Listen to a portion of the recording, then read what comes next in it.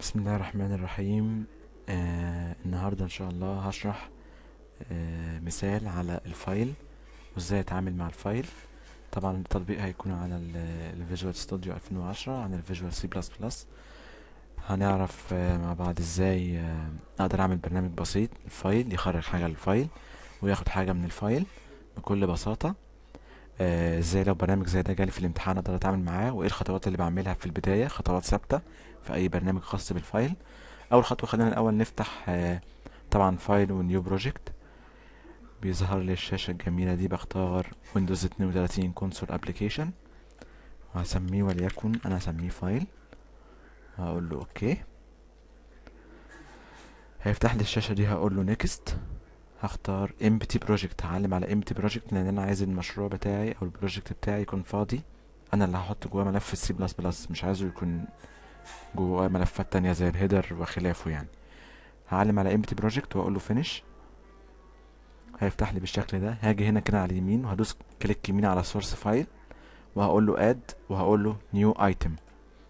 بعد ما اختار نيو ايتم هختار من هنا سي بلس بلس فايل وهسميه اي اسم، مش شرط يكون زي اسم البروجكت، ممكن اسميه زيه مفيش مشكله. واقول له اد. هيطلع لي البروجكت بتاعي بالشكل ده. خليني ابدا اكتب الكود. ادي هاش انكلود اي او ستريم. انا بكتب 3 هاش انكلود في اي برنامج بالنسبه لي عشان تحسبا ان انا احتجتهم، وهاش انكلود اف ستريم بما اني هستخدم الفايل،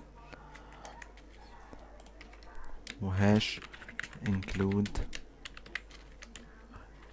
a string ادي using name space std، وادي الانت main او الvoid main مفيش مشكلة. افتح القوس واقفله وبعد كده اكتب جواه. هبدأ اكتب الكود بتاعي. انا في البداية بعرف متغير من، سواء هعمل ادخال لفايل او اخراج اللي هو reading from file او write to file، يبقى لازم استخدم object من الفايل. فلازم اعرف object. لو انا هعمل اخراج من الفايل يبقى OF اللي هو output file، OF stream output file stream، واسميه مثلا out. تمام. المفروض ان انا بفتح الملف اللي انا ملف التكست اللي انا هعمل له اوتبوت في نفس الايه، في نفس الجمله، او ممكن استخدم داله اسمها داله اوبن. بس الاول هاجي هنا ادوس كليك يمين وهقول له اوبن containing folder عشان افتح الملف الفولدر ده. هعمل هنا نيو واختار تكست دوكيمنت وهسميه وليكن بي اتش واي. بيبقى الملف بتاعي اللي انا هشتغل عليه اسمه بي اتش واي دوت تكست. طبعا الملف زي ما احنا شايفين فاضي خالص. هقفل ده خلاص وهقول له او اف ستريم اوت واقوم فاتح الاقواس واعمل دبل كوتيشن واكتب جواها بي اتش واي دوت تكست اللي هو اسم الفايل بالكامل. تمام. وادي سيمي كولون. وبعدين انا عايز اعمل اخراج للفايل، عايز اخرج حاجه في الفايل. يبقى اخرج ازاي؟ عن طريق الاوبجكت بتاعي اللي هو اوت، وعن طريق الاوبريتورز اللي هي بتاعت السي اوت اللي هي دي، واكتب اللي انا عايزه. وليكن this is my file وادي end l.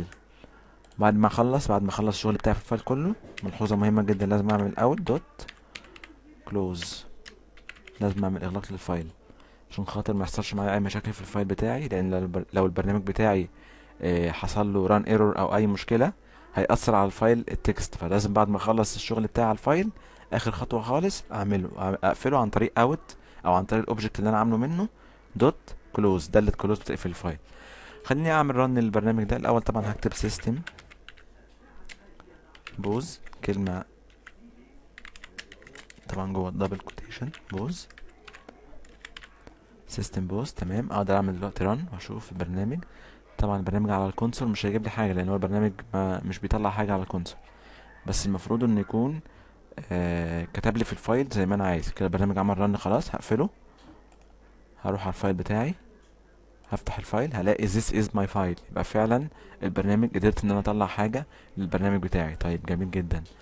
فرضا انا همسح الكلام ده واخلي الفايل جواه مثلا ارقام 5 6 9، وعايز البرنامج بتاعي ياخد التلات ارقام دول ويجمعهم ويطلعهم على الكونسول او يطلعهم في ملف تاني اسمه out.txt. ازاي اعمل الكلام ده؟ جميل. هنشوف ازاي نعمله. اول حاجه مش هيبقى او اف ستريم بقى، هيبقى اي اف ستريم، ومش هسميه اوت، ممكن اسميه ان. وهيبقى الملف هو physics.txt زي ما هو. بدل ما هعمل كده همسح السطر ده. طبعا انا عندي 3 متغيرات وهمسح ده كمان، يبقى محتاج 3 متغيرات عشان احط فيهم ال3 ارقام اللي موجودين في الفايل اللي انا حطيتهم. ال3 ارقام عبارة عن 3 ارقام تحت بعض، فهعمل 3 متغيرات int x و y و z. بعد كده هاجي ifstream in، انا بستخدم الاوبجكت اسمه in، يبقى in، واستخدم بدل المره اللي فاتت كنت بعمل اخراج يبقى بستخدم السي اوت اوبريتور، المره دي هستخدم السي ان اوبريتور اللي هو ده، واقول له اكس واي زد. تمام كده خدتها خلاص. اقوم جاي عامل بقى او اف ستريم، انا عايز اخرجها واسميه اوت، بس ده هيخرج في الملف التاني. انا عايز اخد الارقام اللي في الملف بتاع phy.txt واجمعهم مع بعض واطلع المجموع بتاعهم في الملف التاني اللي هو out.txt. تمام. هاجي اكتب هنا ايه، انا عايز اعمل اخراج، عايز اعمل اخراج يبقى استخدم الاوبريتور بتاع الاخراج واستخدم الاوبجكت بتاع الاخراج اللي هو الاوت، يبقى اوت هيخرج على فين، اوت ده هيخرج على فين، هيخرج على الملف ده على اوت دوت تكست. طبعا المفروض هنا بعد ما اخلص خدت دي المفروض اقول له ان دوت كلوز. تمام قفلت. بعد كده فتحت الملف التاني اللي هو اوت دوت تكست وهعمل له اخراج لمين، اكس بلس واي بلس زد، واعمل اند ال. تمام. وبعد كده اعمل اوت دوت كلوز. كده الفايل بتاعي كله تمام. اتاكد من الكود بتاعي، الكود بتاعي تمام. تمام.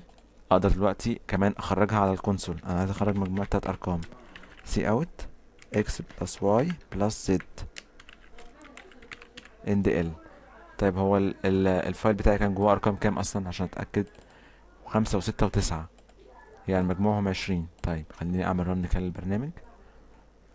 عملت رن البرنامج، طلع لي 20، طلع لي 20 على الكونسول، والمفروض يطلع لي 20 كمان في الفايل اللي انا عامله. خليني اروح للفايل واشوف كده طلع لي 20 ولا ما طلعش.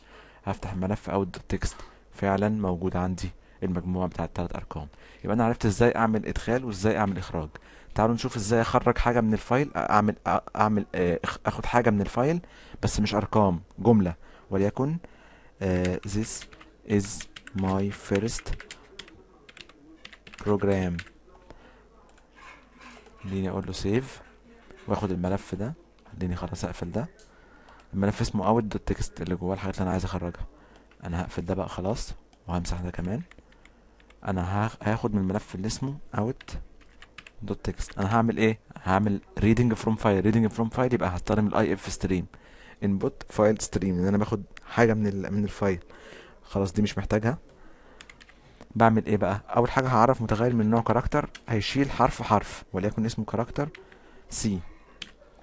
طيب وبعد كده هعمل ايه، بعد كده هستخدم الجمله دي عشان افتح الفايل. فتحت الفايل اللي هو اوت دوت تكست، عملت كونكت بين الاوبجكت بتاعي اللي هو اي ان وبين الفايل بتاعي اللي انا هاخد منه الكلام اللي هو اوت دوت تكست.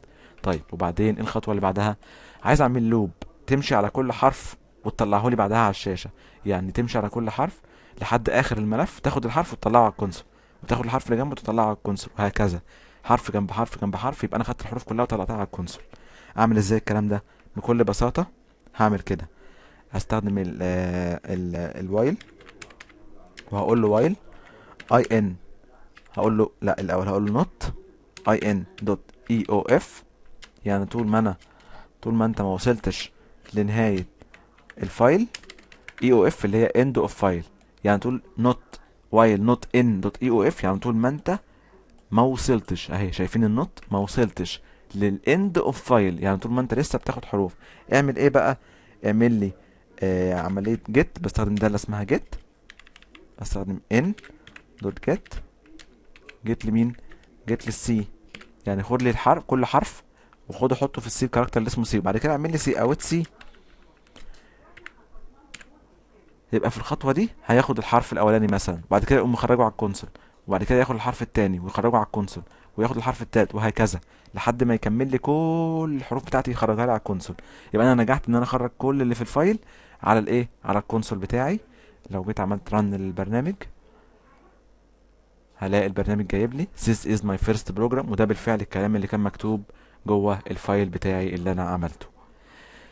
تمام. ناقص ملحوظة أخيرة، إن أنا بيكون عندي 4 حاجات أو اكتر من حاجة، اللي هما المودز بتاعت فتح الفايل. لما بفتح فايل بيبقى عندي اكتر من مود. بيبقى عندي حاجة اسمها، يعني لو عملت كده كوما وعملت اي او اس وعملت اربعة كده، اربع نقط، الاوبريتور ده اللي اسمه سكوب اوبريتور، وجيت قلت له اي بي بي. اي بي بي ديت بتعرفه ان انت لو انا هعمل اخراج مثلا، وليكن لو دوت اوت مش ان، وانا هعمل اخراج كده اهو، اخراج مثلا جملة هلو.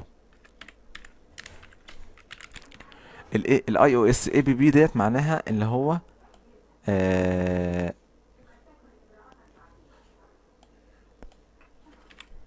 اوت. المفروض طبعا ده اي اف ستريم غلط، المفروض او اف ستريم اوت، واخرج هلو. تمام.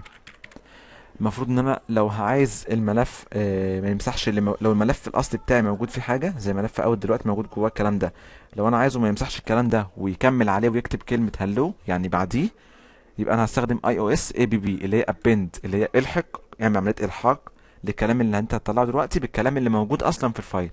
طب في ايه تاني موجود؟ في حاجه تانية عندي اسمها ان. اي او اس ان معناها ان انا هستخدم عمليه ادخال. طب اي او اس اوت معناها ان انا هعمل عمليه اخراج، يبقى دوت الاوبجكت بتاعي هيعمل اخراج. طب في اي ايه تاني؟ في اي او اس ترانك. ترانك دي اللي هي اختصار لترانكيت. ترانكيت. ترانكيت دي بتعمل ايه؟ بتشيل كل اللي في الملف وتعمل له ريبليس باللي انا بحطه دلوقتي. يعني لو الملف مكتوب جواه اي حاجه بتشيله وبتحط هلو دي. فلو جينا عملنا رن هنا والبرنامج اشتغل وجيت اشوف الفايل بتاعي، هلاقي اللي كان جواه اتشال واتحط ايه؟ هلو، عشان انا عامل الاي او اس ايه ترانكيت. طيب عندي ايه تاني؟ عندي اي او اس باينري، ده بيطلع بتاع الاوتبوت بتاعي اللي هو كلمه هلو دي في شكل باينري. اي او اس باينري. وعندي اي او اس اي تي او، او بلاش اي تي او، هي اسمها اي تي اي. اي تي اي at the end of file. اي تي اي معناها at the end، يبقى اي تي اي معناها at the end، معناها حط لي المؤشر اللي هو بتاع الكتابه بعد ما تعمل عمليه الاخراج دي، حط لي المؤشر في اخر الكلام، بحيث ان انا لو عملت كده رن البرنامج وجيت شغلت الملف بتاعي بلاقي المفروض مؤشر بيتحط في اخر الفايل بتاعي. اي او اس اي تي اي. طيب تمام. يبقى هم دول الستة اي او اس اللي عندنا: اي او اس ان، اي او اس اوت، اي او اس اي بي بي اللي هو ابند اللي هو بيحط الكلام على اللي موجود، اي او اس ترانك اللي هو بيشيل اللي موجود ويعمل له ريبليس بالكلام الجديد اللي انا بحطه، اي او اس باينري بيطلع في صورة باينري، اي او اس اي تي اي بيحط لي المؤشر في اخر الكلام. تمام. وهو ده شرح الفايل، وده يعتبر الفايل كله بكل بساطة، وازاي ان انا استخدم الفايل. شكرا لحسن الاستماع، اتمنى يكون الشرح بسيط ومفهوم. والسلام عليكم ورحمة الله وبركاته.